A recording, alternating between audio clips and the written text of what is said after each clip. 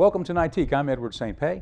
Well, our shows are archived at nightique.com, and then from there you can link to YouTube and see all of the shows that we've done over the last 3 months.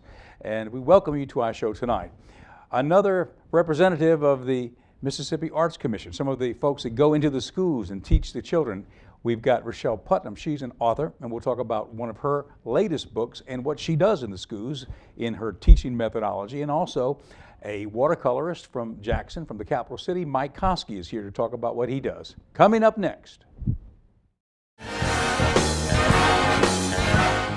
Since 1849, Carter Jewelers has been a part of Jackson's rich history. Over 163 years later, we've not only survived, Carter Jewelers has flourished. From generation to generation, we've established a tradition of excellence. Our reputation is built on customer satisfaction, service, and trust. Every piece of jewelry is handpicked, so you know you're getting the best value. Nobody says I do like we do at Carter Jewelers. Come see us and be part of our history.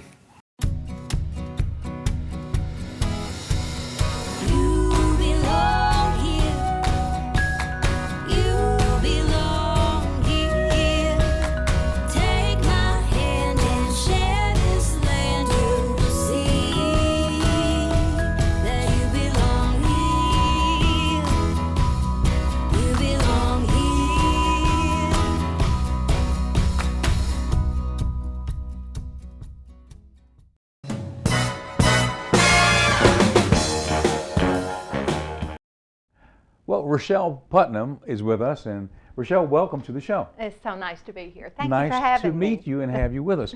You work with the Mississippi Arts Commission. Yes, I do. And you're an artist yourself, but you also have a teaching methodology, right? Yes, I've been working with the Arts Commission for quite a number of years now, and being on their teaching artist roster, they have initiatives that they do with different schools throughout the state, and one of the main ones they're working with now is the SPED initiative. That's a special education initiative where artists actually work with teachers and their art specialists in the schools to bring arts to the students, but not just to bring arts to the students, but to integrate arts into their learning. So they're learning as they're doing an art, whether it's visual arts or music or dance or anything like that. And this is just the general population of students? It's really chosen schools that want to have the arts initiative within their schools. The Arts Commission has a whole schools initiative, and then there are also arts integrated schools, which are kind of different. So they basically work with those schools, but they'll work with any school that's interested in bringing in the arts as part of the learning and integrating that into their education. Why is that so important? Why is bringing the arts into education so important, do you think? Well, because the arts are always interactive. That means your children are experiencing what they're learning. A lot of times when you don't have arts in the classroom, it's almost like lecturing. And you know, I tune out at lectures. And kids are going to tune out a lot of times when there's not enough interaction going on.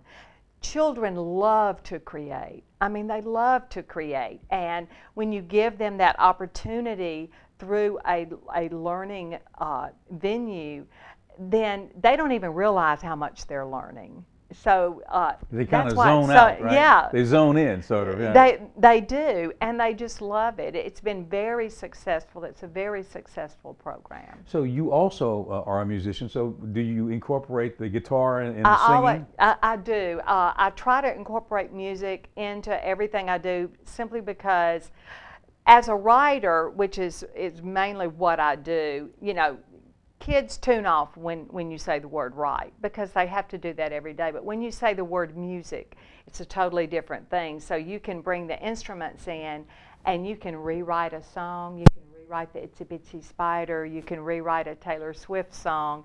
And they have no idea that what skills they are developing as they're doing that. So it's so much fun, and they get to perform.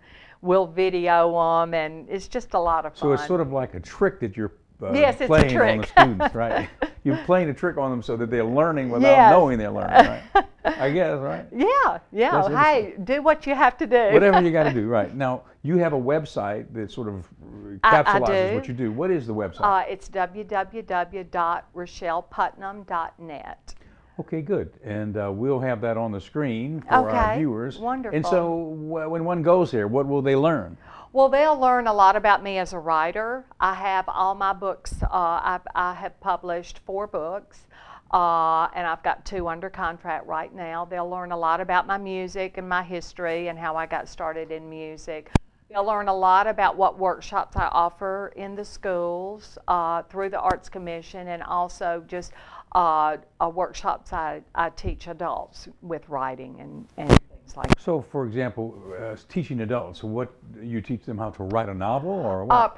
Writing from personal experience, how to develop a character, fiction writing, flash writing.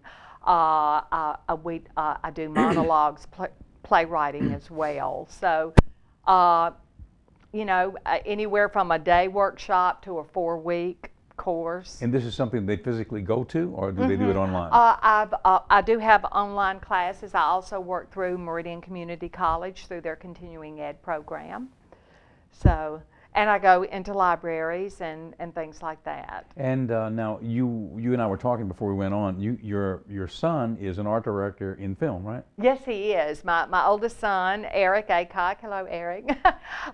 He has worked very hard to get where he's always had a dream. He had a dream of going to LA at a young age, and he did it. And he went out there and he learned the ropes.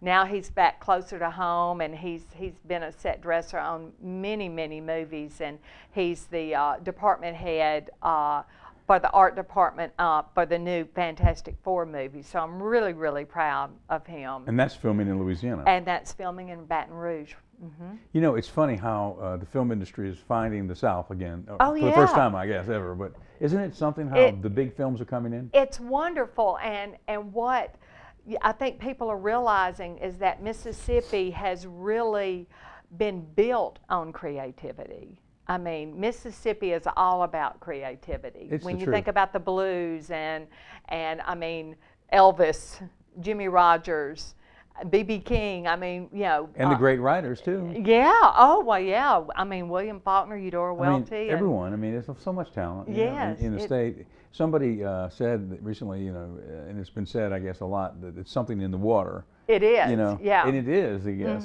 you know. Well, that's the Mississippi Arts and Entertainment Center, which is the state-sanctioned arts entertainment center. It is going to be in Meridian. It's being built right now. We have the big sign up, and we're working on the plans as I speak at this moment. And that's going to honor all the Mississippi artists of every category, and so that's going to be a very exciting thing. Well, we've got one of your books here. Now, can you tell us a little bit about this? This is one of your publications, right? Yes, I'm very proud of this book. This was a book published by the History Press in 2014. It was the first of their children's literature line. It's in the young adult category. They submitted the book after it was published for the Moonbeam Children's Book Award, and of course it was published in April 2014. We did not find out until, I guess it was September, that it had won the silver medal, Moonbeam Children's Book Award. And it's called The Inspiring Life of Eudora Welty. Yes, and That is really, it's a sweet idea. Well, and I admire anyone who is a Eudora Welty scholar, because she is such an exceptional person as well as an artist. I just fell in love with Eudora Welty as a person, and I was so impressed with her story, because she knew she wanted to be a writer from the time she was a child. And I think that that's such an inspirational story. We always say it's never too late to pursue your dreams, but you know, it's also never too early. And that's what I would love for our kids in schools or everywhere to realize, that it's never too early to start pursuing your love and your dreams. So this book is available through your website? It's available through there. It's available through all the bookstores. And online? And online. So you can order it at Amazon.com? Barnes & Noble, Books A Million, yeah. So you would type in the title, The Inspiring Life of Eudora Welty, on Amazon, and it should pop up? Yeah, and it's right here. It's at Lemuria Books. I see. So it's available here. Now, what is your impression of, as an artist, of the digital onslaught and what's happening out there? For example, a good example, Amazon. You know, Yes. and as a place to purchase art, books, whatever. Are you in favor of this transition or not? I'm a strong advocate of the independence. I'm not saying I have never ordered from Amazon, but I think that one of our biggest problems right now is that we are getting too technological and not building our relationships within our communities of our local businesses, especially local bookstores and people who really know the books, who can sit down and say, hey, this is a book you'll really like, because you've been coming in there and you've been building relationships with the book owner or the manager or whoever is working at the bookstore or the gift shop or wherever. And we're not building relationships anymore. It's real hard to build relationships with Amazon.com. It's sort of like the impersonal nature of text. Yes. You know, you text someone and you really might not know exactly what they mean because it might not come out like you meant it to come out. Exactly. You know? Yeah. Yeah. And there's never a face attached, and Never a there's face, yeah. never a conversation, and that's what we miss. And you know, I'm all about technology. I have an iPhone, and you know, keep my calendar and all that. But when that's all it becomes, we really lose out on that personal. On the human equation. Yes. You know, you remember in the music industry there was such a great change, you know, like a sea change in the music industry as a result of iTunes and other, Yeah. you know, and I guess to a great extent this is also influencing other arts like writing too. It has. It has. It really has. A lot of people are self-publishing. And there are a lot of really good self-published books, but when things become too easy, a lot of times you skip necessary steps in creating the best product that you can create. And so you have a bunch of products, but not a lot of quality sometimes. My daughter, 25-year-old daughter, she's buying vinyl records now. She loves the sound of the old vinyl records, and a lot of kids are doing that. You know, they're wanting to go back to that more purer time where, you know, maybe someone does get off key a little bit, but they're really singing it instead of all these knobs and everything that make everything so perfect. Yeah, you know, tune pitching. Yes. Yeah. Yeah. So. Well, okay. It's been a pleasure having you here. Well, thank you for having me. And I hope enjoyed that we've been able to shed some light on what that program is about. The website, let's take a look at the website again, RichellePutnam.net. Yes. And people can find out more about your teaching and your program in the schools. And I have a link to the Arts Commission on there too. Okay. So. Richelle, thank you for being Well, with us. thank you. And for take having care me. and good luck with everything Okay. going forward. Okay, thanks for being on the show. Thank you. And we'll be right back after this. Since 1849, Carter Jewelers has been a part of Jackson's rich history. Over 163 years later, we've not only survived, Carter Jewelers has flourished. From generation to generation, we've established a tradition of excellence. Our reputation is built on customer satisfaction, service, and trust. Every piece of jewelry is handpicked, so you know you're getting the best value. Nobody says I do like we do at Carter Jewelers. Come see us and be part of our history. I'm Dr. Quinn, and I believe in the power of exercise. Many patients ask me if they're going to get high blood pressure or diabetes because their parents had these conditions. I tell them that we cannot control our genetics, but we can control our diet and level of exercise. Practicing healthy decisions result in a better outcome. I'm Dr. Quinn, and I want you to remember that you have control.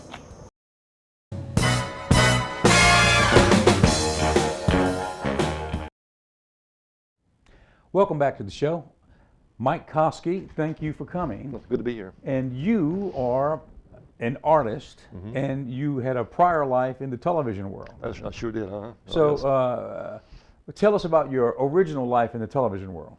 Well, let's see. I guess it started back when I was I majored in art at Mississippi College, and right before I graduated, I was working at the WAPT in the art department. Back when they had an art department, and this was before the computer age and the Chiron and whatnot. And there was an art director and me, and it was good work. And then a company came in at the time and bought WAPT. And as you know, there were setbacks and changes and whatnot and cutbacks. So I was one of them, and they felt like they didn't need an art department anymore. And the computer age came in, and the Chiron and whatnot. How much did the computer age, computer graphics, change the business of drawing and doing graphics for a television Oh, station? just about everything. It changed everything. Yeah, just about everything. Because I mean, everything is on computer now, as you know, and because you've got CAD, computer-aided drawing, and whatnot, everything that goes with it. So at that point, you became more involved with the actual creation of art, other than TV art, Yeah. just art for the public. Yeah, because when I did it was kind of old-fashioned way of doing everything, and that's what I was taught. So when the computer age came in, I just kind of had me spellbound. It's almost like I resented going that direction, which I still do in some ways. I don't know. I still just a traditionalist, I guess. I like the old ways better. So when you went into drawing and painting outside of the television industry, what was your mantra? What did you draw and what did you paint? Oh goodness, I started doing just scenes, country scenes, natural scenes that you see, barns, things like that. And then I started drawing Gulf Coast scenes. I just took a liking to all my visits to Biloxi and Gulfport. And This is before Katrina. oh yeah, way before Way Katrina. before Oh yeah, Katrina. way before Katrina. Back in the 80s and 90s, still up until now. And I just grew a liking to, because I spent so much time down there off and on. I almost felt like it's my second home. And I just still do it. And I guess I've kind of gotten to be known for my Gulf Coast scenes, all the landmarks and The whatnot. landmarks, like the lighthouse. Oh yes. So the lighthouse, for example, once we went through Katrina and post-Katrina, did that put a greater focus on that lighthouse as a piece of art? Kinda. I think so. I bet it did, didn't it? I guess I don't know. I mean, there's so many places that consider my favorite places to paint, which I still do. There was one, the Broadwater Beach Hotel, if you remember that. Yeah. And I still get requests to do that, the Broadwater, and I was fortunate to be on a documentary about Broadwater last year on WYES in New Orleans, and I was fortunate to have some of our work on that, for example. And ever since then, I still get requests to do Around the state, other than the Gulf Coast, what other iconic scenes have you recorded, have you painted? Oh goodness, I guess mostly in the Fondren place. And Fondren is a community right in the Jackson area. Yeah, that's right. Sort of like one of the immediate suburbs from many, many years ago yeah. of Jackson Oh, yeah. downtown. So it's right here in the capital city. And Fondren is a kind of a special place, isn't it? It is, yeah, it sure is. It's very iconic. Especially the past few years. I mean, the way it's developing. been renovated. And Urban renewal. Yeah, exactly. Right. Yeah. And so some of the art is reflective of Fondren, right? Such as the Capri Theater. The Capri Theater. I've done several of those. And you brought a few pieces of art with you. I got right? a few pieces here. So we're going to be going to a break, and when we come back, would you show us a few Okay. of these? Yeah, okay. Now, if anyone is interested in your art, they can see it at the gallery that represents you, and that's That's Southern Breeze Gallery. Southern Breeze Gallery. And I believe their URL is southernbreeze.net. That's right. So great. So your work is displayed there, right? Right, That's your representative, I guess, representative gallery. Right. There's an artist roster. You can just scroll down until you see my name. Just Okay, click on Mike it. Koskie. That's right. And we click right there. Yeah, and it'll show some of my pieces on there. Okay, good. Well, we're going to take a break, and we're going to come back and see some art from Mike Koskie. So stay with us. We'll be right back.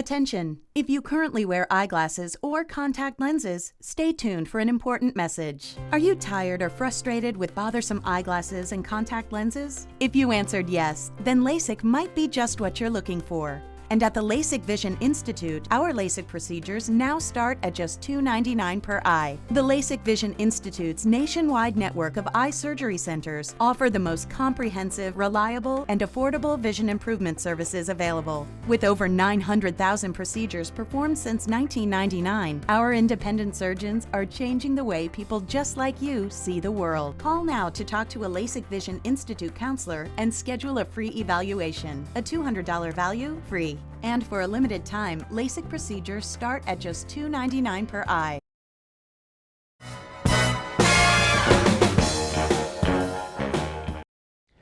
We're speaking to Mike Koskie. He's an artist. His work is at the Southern Breeze Gallery, and I believe their URL is southernbreeze.net. And you click on his name, Mike Koskie, and you can see his work, and of course they're the representative of Mike's artwork. Now, we've got one picture we'd like to show. We talked about some of the artwork that you brought with us. If you could, Mike, we'd like to see something definitive of, first you said you did work regarding the coast. So let's take a look. Here's the, we're on that camera right there. Now, explain to us, what is that? This is if anybody knows anything about the coast, they know the lighthouse. And this is a print, a color print of the lighthouse that I did from a photograph. And well, incidentally, everything I work from is photographs that I take. You take the photograph and then you actually paint from it, or draw from it. That's so now, what is the medium? That is that's watercolor. That is a watercolor, and that's the iconic image of the lighthouse in Biloxi. On the coast in Biloxi. Wow. Was that done before Katrina or after? Yeah, this was actually this is an old photograph taken back in the '70s. The way it looked. And, yeah. You might recognize some of the older I see the modern cars. Yeah. Now that you mention it, right. Yeah. That's great. Thank so you. okay, now is that an original or is that a print? That must be a print. Right? This is a print right here. This is just a colored print right here. Is the original for sale, or was it ever? Yeah, I sold it a pretty good while ago. A long time ago, yeah. So I sell my prints every now and then. If anybody wants one, but okay. Now we're going to see another one. What else did you bring with us? We've got Fondren, right? Well, if I turn around, yeah. Okay, here we go. If I turn this around, that's the old Capri Theater. Okay, that's the Capri Theater. At the Fondren Place. And this is a famous image. That is the old theater that is still there, but it's no longer a theater for films at this time. I think it's used for community functions and such. Yeah, but it was back in the old days, and it was the movie house back in those days, the Capri Theater. You remember that growing up? Oh yeah, you do. In fact, I remember one of the last movies I saw there was I think it was Goldfinger was shown there. That was maybe way back in the 70s or something, right? I think it was late 60s. I think late 60s. Wow, yeah. And so that's the image of the Capri. So now that's also a print, right? That's right. This is a print right here. Okay. And I'm sure you brought a few other things for us to see. And we'd like to, if we could, show some of your stuff so that anyone out there that's looking for this type of work, well, we can you can find it at southernbreeze.net. Here now, tell us what is it? Now this is kind of off the beaten track here. This is one year I went to Honolulu, and it's just done from a photograph I took of the old. If you recognize it, it's the old seawall to called the Anderson Estate. It was a house that was used in Magnum PI, and there was a rabbit island in the background, kind of a familiar scene. Wow, so that is actually in Hawaii. That's right. If you've ever seen the show. Well, yeah, I don't remember particularly that scene, but yeah, that's yeah, great. that was a little scene that they showed all the time. Was Tom Selleck anywhere around when you were shooting this? Oh yeah, no, this is years. This is years way later. Way later. Okay, way later. And you have anything else for us? Well, let's see. If I turn it around. Oh, nice. Going back local again. That's the old. That's Walker's Drive-In. That's great. Now, that's a beautiful rendition of Walker's Drive-In. So that's also. This is color print. That's a color print. It's a watercolor. That's right. So tell us about watercolor. You evidently must enjoy working in that medium. Yeah. Well, I started in oil painting a long time ago, and I don't know, for some reason I just switched over to watercolor. I guess because it's just so much more convenient and not as messy as oil painting. It seems like it's a very subtle art form. I mean, because Oh, it is. It is. It's different, you know, than that heavy oil, right? It is. It's a technique completely different from oil painting. I mean, you have to treat it just the opposite of oil or acrylics. What are your goals going forward as you look forward in your career? Well, I want to continue to paint for the gallery, the one up here, and then there's a couple of galleries down the coast where I sell my work. So I hope to just continue painting, you know. And do you feel, I mean, is the digital world having any impact on your not really area of art? in that respect, no, because watercolor I think is media, and it's known for its own. You know, it's So completely digital will separate. not replace watercolor. No, no. It's kind of like if you ever watch Bob Ross. You know, I guess it's kind of like that. It's traditional, and just using just good old-fashioned paints and a brush. And I think people will always like that. So once again, it's Southern Breeze Gallery. That's right. It's in the capital city in Jackson, Southern Breeze Gallery, and their URL southernbreeze.net. And we'd like to thank you for coming on today. And it's been a very enlightening segment because we had a premier watercolorist on the show with us for tonight's show. Okay. So we thank you. Yeah. And thanks, and You bet. keep us abreast of what's happening. I sure will. with your Yeah, I career. sure will. Okay. And I hope that some of our viewers will visit the site and purchase hope some so. of your Yeah. artwork. Okay. Sounds good. So thank you very much. That's Oh, Mike you're welcome. Koskie, and thank you for being with us for this edition of Nightique. We hope you enjoy more programs through the weeks ahead. You know, if you see something here, you can see it again if you like at the website where we archive our shows, and that's nightique.com. All the shows that we've been doing are archived there in their entirety. Good night, everyone.